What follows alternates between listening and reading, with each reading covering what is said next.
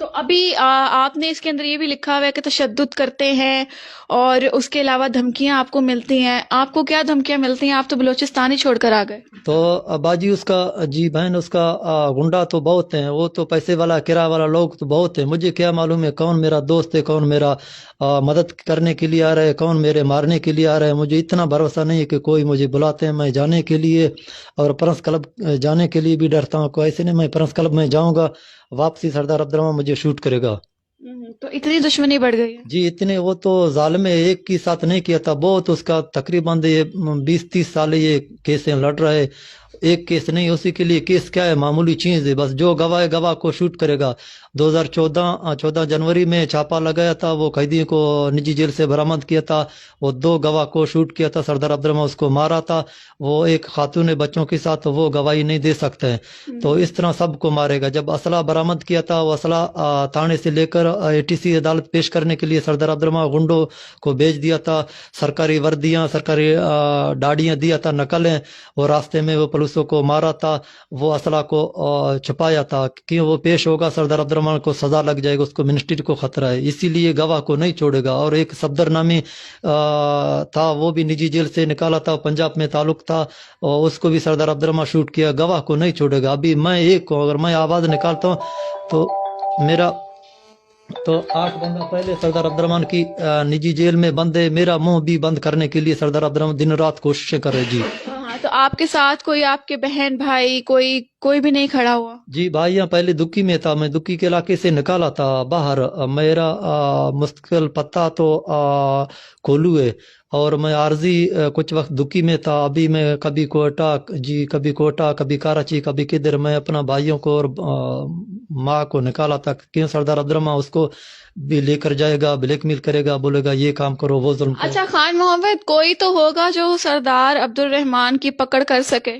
جی خالی بس سوائے خفیہ ادارہ، ایجنسی اور فوج کے بغیر کچھ کوئی چھاپا نہیں لگا. فوج میں سردار عبد الرحمان کا ایک لڑکا ہے، سردار زاد طاہر شاہ.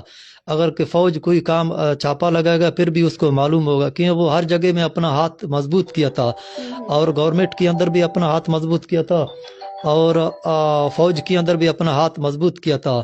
تو غریب مظلوم کیا کرے گا؟ ایک میرا خاتون نہیں ہے، میرا فیملی نہیں ہے، بہت فیملیوں کو نجی جیل میں بند کیا تھا. یہ پہلے بھی کیسے آگے آپ لوگ نیٹ میں دیا تھا.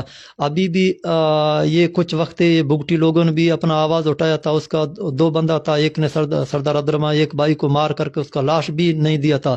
اس کا وارث ہے ڈیرا بگٹی میں، لاش سردار عبد الرحمان بارکان میں دفن کیا تھا.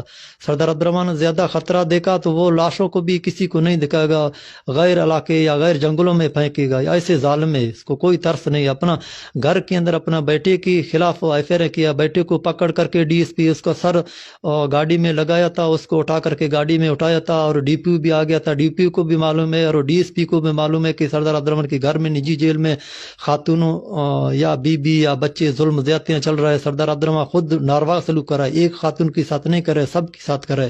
کھیترا نے اس کی نجی جیل میں بند ہے، اور بگٹیاں، اور ایک پٹھان لڑکی تھا اس کو بھی مار کر کے 18. تو آپ کیا کہتے ہیں کہ آپ کی یہ 3-4 سالوں میں اپنے بچوں سے یا بیوی سے بات ہوئی؟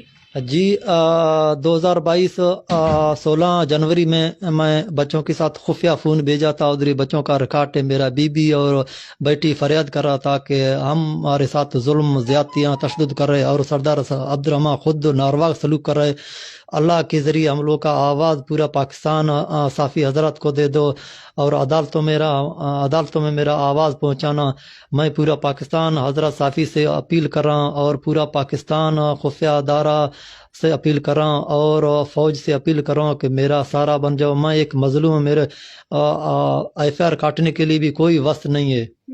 جی ناظرین، اس وقت ہمارے ساتھ خان محمد موجود تھے، جو کہ سردار عبد الرحمان کتران کے نجی جیل میں ان کی فیملی قید ہے، اور ان پہ تشدد بھی کیا جاتا ہے، اور تقریباً 3 سے 4 سال ہو گئے ہیں وہاں پر قید ہیں، اور ابھی تک واپس نہیں کیا جا رہا. اور غلطی ان کی صرف یہ ہے کہ سردار عبد الرحمان کے بیٹے کے خلاف انہوں نے گواہی نہیں دی، کیونکہ ظاہر ہے کہ بڑے بڑے جو ہمارے یہ لوگ بیٹھے ہیں، یہ کوئی بھی جرم جو ہے جو اپنے پہ نہیں ڈالتے، یہ ہمارے جو ارد گرد موجود مظلوم ہوتے ہیں ان پر پر ہی ڈالتے ہیں. اور میں ایک بات ہمیشہ سے کہتی ہوں کہ ہماری جیلوں کے دروازے کھولے جائیں اور وہاں پر ان کی آواز سنی جائے تو اس میں سے 80% لوگ تو وہی نکلیں گے جو کہیں گے کہ کسی کا کیا ہم بھگت رہے ہیں.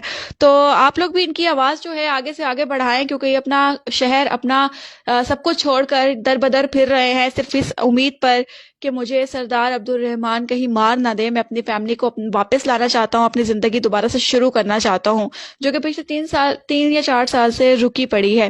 تو خیر، ان کی آواز ان لوگوں تک پہنچائیں جو ان کی مدد کر سکتے ہیں. اور شاید انہوں نے ایک ایسے ہی ادارے کا نام لیا ہے جو ہمارے لیے بہت معنی رکھتا ہے، اور وہ ہے ہماری فوج، جو ہمارے لیے ہمیشہ سر آنکھوں پر ہوتی ہے اور وہی ہمارے لیے کچھ کر سکتی ہے. تو یہ میسج فوج تک پہنچایا جائے، وہی ان کے لیے کچھ نہ کچھ کر سکتی ہے. اپنی دعاؤں میں یاد رکھیے گا، کمنٹ سیکشن میں قیمتی رائے سے آگاہ کیجیے گا. اللہ حافظ.